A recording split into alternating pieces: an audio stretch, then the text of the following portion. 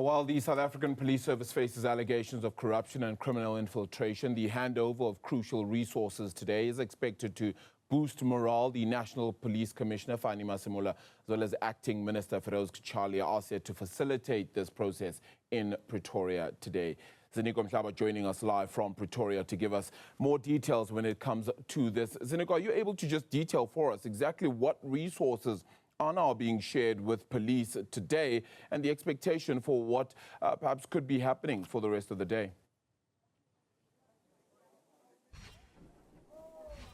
A very good morning to you, Arabile. Yes, indeed, we are just next to some of these vehicles which will be handed over by the leadership of the South African Police Service, Acting Police Minister Cachalia, and of course, National Police Commissioner General Masemola. They will be facilitating this handover, and of course, behind me are these few vehicles that we are seeing here. One, they will be, supporting the public order policing operations, and also, as you see there, those visuals that we are streaming to you, but also the wing division of the South African Police Service will also get some boost, as we are also seeing some helicopters here. So this is all in the efforts of ensuring that police are able to carry out their constitutional mandate, which involves combating and preventing crime. But to give us more insights in terms of the capacity of the South African Police Service, especially when it comes to resources relating to fleet, I'm joined by the national spokesperson of the South African Police Service,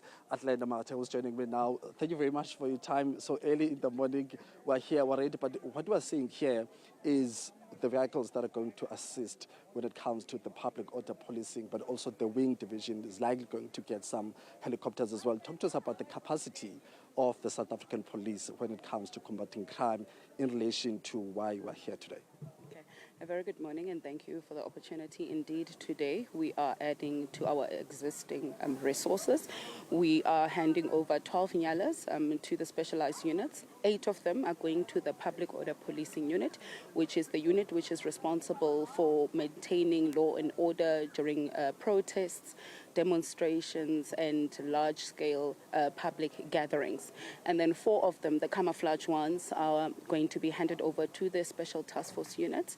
You'll know that the Special Task Force unit is the only paramilitary unit within the SAPS. They respond to high-risk incidents, such as your terrorism attacks, your hostage incidents, your CITs, armed robberies, and they also handle dangerous and heartless criminals.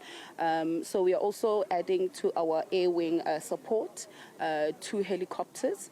One of the helicopters will be deployed to the Eastern Cape, where there have been concerns that there was only 1 helicopter which is operational, and then the other helicopter will be stationed at head office. It will be on standby for any eventuality throughout the country. So in terms of resources, we strive to ensure that all our stations, our units have the adequate and sufficient resources to respond to the call of duty. However, resources will never be enough, and that is why as the SAPS we do not work alone.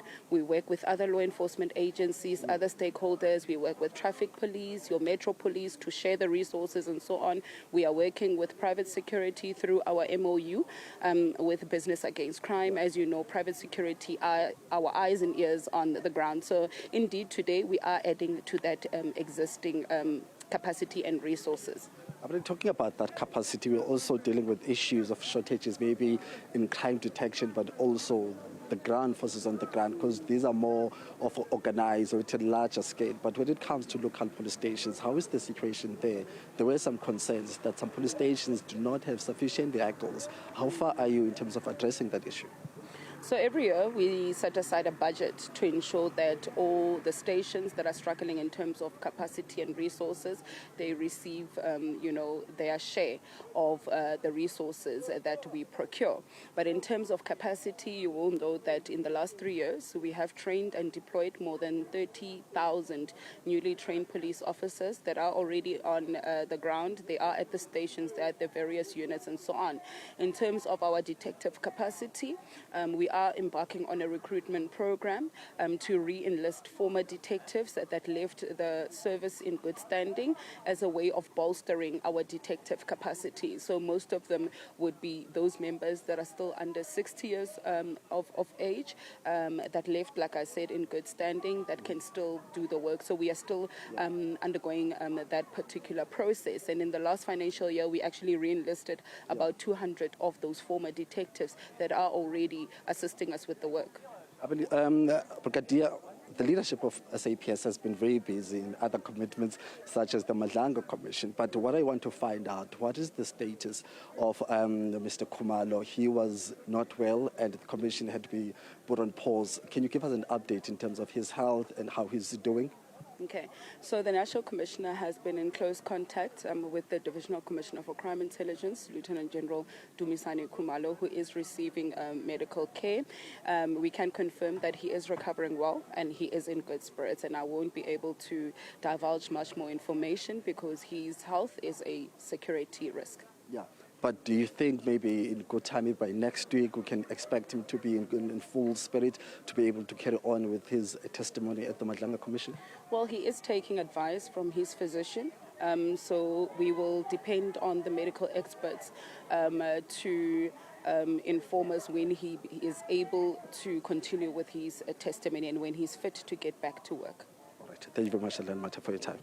Thank you very much there. That's Athlenda Mathe there, who speaks for the South African Police Service as the national spokesperson. So that's what will be happening in the next few hours. We'll be seeing the leadership of the South African Police Service handing over these vehicles, as Athlenda had mentioned, that they will be dedicated. 2 helicopters will be flown to the Eastern Cape, and the other, public order policing will be shared accordingly as the need arises here in Gauteng and other provinces as well. So that's where we will leave things at right now at 9 o'clock. The official proceedings will be starting here in Tshwane.